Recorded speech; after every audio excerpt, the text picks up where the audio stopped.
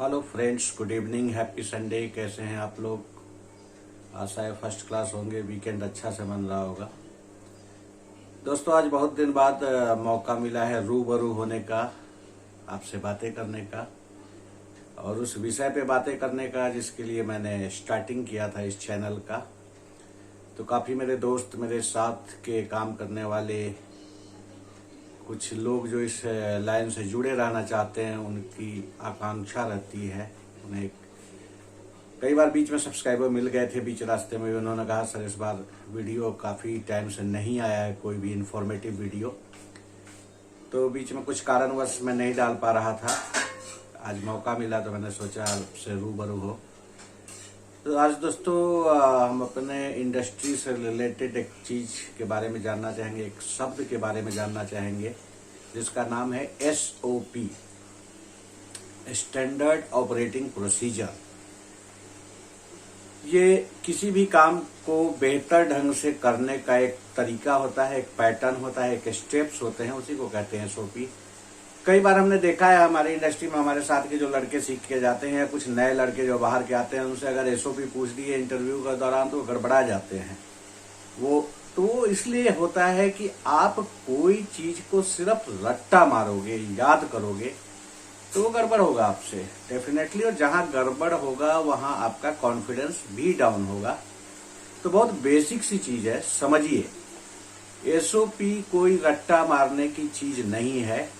आप जिस काम को करते हैं, किसी भी इंडस्ट्री में हो सकता है, वो कपड़े की इंडस्ट्री, लोहे की इंडस्ट्री, किसी भी इंडस्ट्री में, उसको काम करने का तरीका जो है, फॉर्मेट है, वही है SOP। उस काम को, उस डिपार्टमेंट को, उस विभाग के, उस संस्थान के काम करने के जो तरीके हैं वही है SOP, स्टैंडर्ड ऑपरेटिंग प्रोसीजर। तो इसके लिए आप जो कर रहे हो उसकी बारीकियों को समझे और किस स्टेप को पहले किया जाता है, किसको बाद में किया जाता है, क्या जरूरी है, इन सबको जान लेंगे तो SOP समझना और किसी को बताना, एक्सप्लेन करना सब आपके लिए आसान होगा। आप खुद बनाने लगोगे। SOP कुछ बहुत बड़ी चीज है, आप खुद बनाने लगोगे अगर आपको पता होगा क्या चीज फॉलो किए जाने चाहिए, या क्या आप रोजमर्रा करते हो, आप ध्यान नहीं देते हो, आप सब वही कर रहे हो। सारे लोग SOP के तहत ही काम करते हैं, लेकिन जब वो लिख के बताना होगा तो गड़बड़ हो जाती है। तो एक एग्जाम्पल दूंगा मैं। अगर मैं चाहूं, मैं गारमेंट इंडस्ट्री की बात करूं और फैब्रिक स्टोर सेक्शन की बात करूं, स्टोर में रिसीविंग सेक्शन की बात करूं, तो उसका SOP कैसे होगा? देखिए, सबसे पहले कोई मटेरियल अगर सप्लायर की गाड़ी आती है तो सबसे पहले हमें क्या ध्यान देना होता है कि जो माल आया, क्या हमने, हमारी कंपनी ने ऑर्डर किया था, क्या परचेज ऑर्डर जनरेट किया था। तो सबसे पहले हमें क्या चेक करना है? PO में हमारे तरफ से ये ऑर्डर था कि नहीं, हमने ये मंगाया था कि नहीं, जो आया है वो। पहला स्टेप क्लियर, हाँ जी, PO में वो था, जो हमने मंगाया था वही आया है। सेकेंड स्टेप, कितनी क्वांटिटी मंगाई थी। सपोज करो कोई फैब्रिक है 10,000 मीटर हमने मंगाया, तो क्या वो 10,000 से ज्यादा तो नहीं आ गया? कम आएगा तो हो सकता है 2 बार में वो भेजे, डिलीवर करे। लेकिन अगर ज्यादा आ गया, 10 के बदले 20 आ गया, तो हमारा क्वेश्चन स्टार्ट हो जाएगा कि 20 लेना है या नहीं, 20 क्यों आया। फिर हमें तहकीकात करनी पड़ेगी। सब क्लियरेंस के बाद ही जितना जरूरी है उतना रिसीव करना होगा। तीसरी कंडीशन है उसका रंग, कपड़ा क्या है। मान लो हमने कौन सा पॉपलिन किया, व्हाइट किया, कहीं रेड तो नहीं आया, तो रेड है तो रिजेक्ट कर, वापस भेजेंगे उसको। रिजेक्ट नहीं मतलब रिटर्न कर देंगे। और हमारा एकदम जो हमने मांगा था वही आया है तो हम उसको एक्सेप्ट करेंगे। ये तीसरी बात हो गई। चौथी बात है कंडीशन ऑफ पैकेजिंग। वो जिस मोड में लाया गया, अगर पॉलीथीन में प्रॉपर पैक होना था है कि नहीं, रोल में था है कि नहीं, कोई गंदगी तो नहीं, कोई स्टेन तो नहीं, कोई दाग धब्बा तो नहीं, कोई गाड़ी का रस्ट स्टेन तो नहीं, ये सारी। तो ये कंडीशन चेक करना है, कंडीशन ऑफ पैकेजिंग।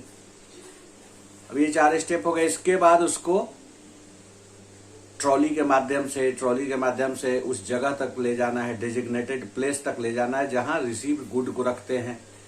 तो डेजिग्नेटेड प्लेसेस फॉर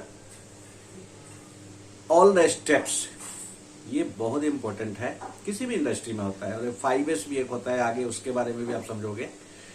तो हमारे रख रखाव का तरीका ऐसा होना चाहिए कि कोई नया एम्प्लॉय भी अगर आता है, थोड़ा कम पढ़ा लिखा भी आता है, तो उसको चीजें को ट्रैक करने में, ट्रेसेबिलिटी आसान बनाने में, ट्रेसेबिलिटी आसान होनी चाहिए। हम किसी को हल्का सा गाइडलाइन दे, वो आदमी वांछित वस्तु जो नीडफुल है, जो चाहिए हमें, वही लाके दे, सही जगह से लाके दे। इसके लिए क्या होता है, पहले उसको सही जगह पे रखना होता है।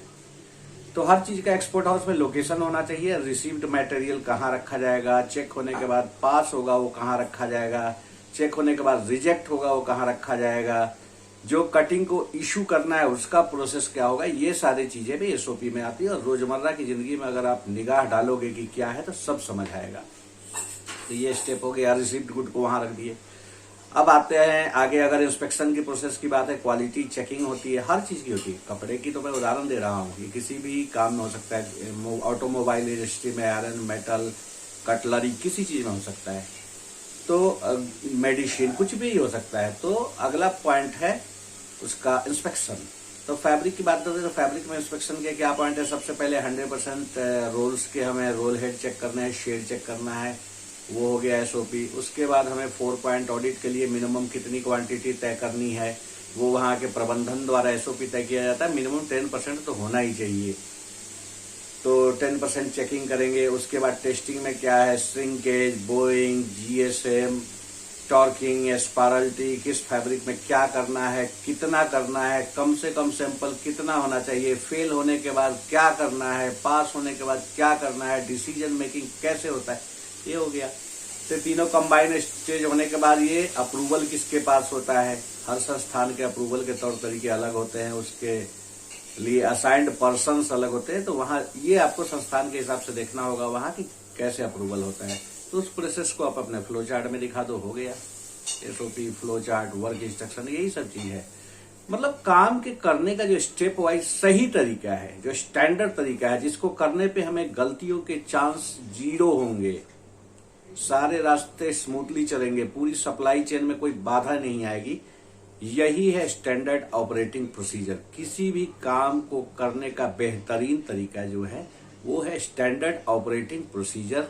ये संस्थान के हिसाब से थोड़ा बहुत इधर हो सकता है, उधर हो सकता है, लेकिन मूल रूप से मूल थीम, जो मेन थीम है, जो मेन मोटो है, वो यही है कि कोई भी आसानी से ट्रेस कर ले, एरर के चांसेस कम हो, ट्रैकिंग बहुत सुविधाजनक हो, सब कुछ टाइम टू टाइम हो, फर्स्ट इन फर्स्ट आउट का प्रोसेस फॉलो हो, जो रिजेक्ट मटेरियल है वो गलती से, भूल से किसी भी तरह प्रकार कट न जाए, इसके लिए उसका लोकेशन कैसे आइडेंटिफाई करें। जो पास मटेरियल है, अगर नया कर्मचारी भी कोई है, कोई जूनियर लेवल का स्टाफ भी है, उनको नए लोगों को थोड़ी सी सूचना दे तो वो कैसे इजीली सही चीज को ले आए। ये सारा चीज मिला के कंबाइन जो चीजें हैं, यही बनता है एसओपी या स्टैंडर्ड ऑपरेटिंग प्रोसीजर।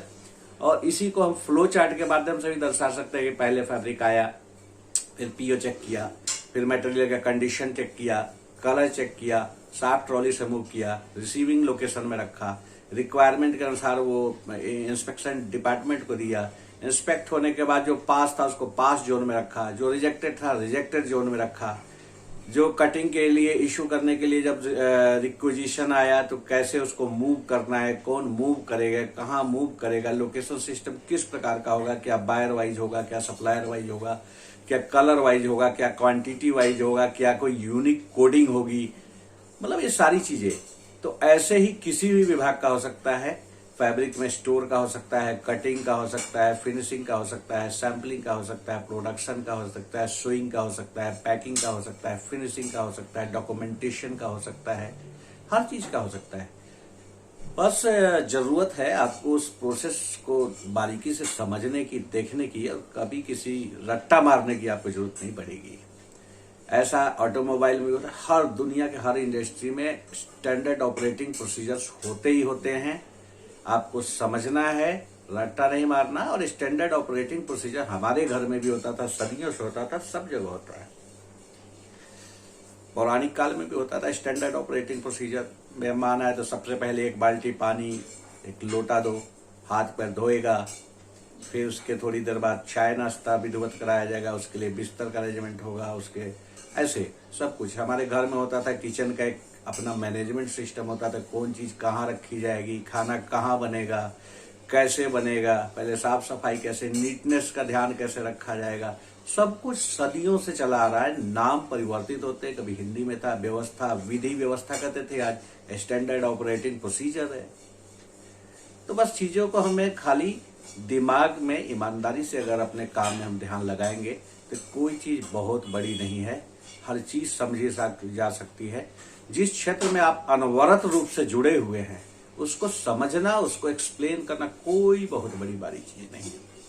और जो समझने वाला, जिसके सामने आप एक्सप्लेन करते हो, उसकी इतनी क्षमता होती है कि थोड़े से शब्दों के हेर फेर को वो नहीं माइंड करता और मूल चीजों को पकड़ता है कि आपने जो बताया उसके बेसिक कॉन्सेप्ट्स आपके सही हैं कि नहीं।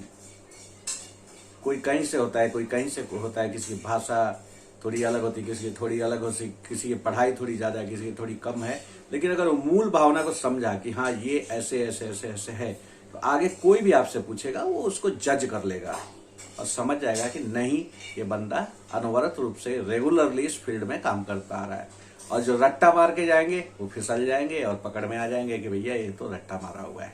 इसलिए कभी भी मेरा रिक्वेस्ट है आप सबसे, जहां भी जाएं अपने बेसिक काम पे पूरा फोकस रखें, एक एक गतिविधि को समझें, दिमाग में बिठाएं और ईमानदारी पूर्वक काम करते चले जाए। आपका दिमाग एक भंडार बन जाएगा उस काम की जानकारियों का। ये आपको खुद महसूस नहीं होगा, लेकिन कभी बातचीत चर्चा किसी के सामने इंटरव्यू में आप जाएंगे तब आपको एहसास होगा कि आपने कितना कुछ समझ लिया है। तो चलिए आज के लिए बस इतना ही, फिर मिलते हैं बहुत जल्द, तब तक के लिए बाय बाय।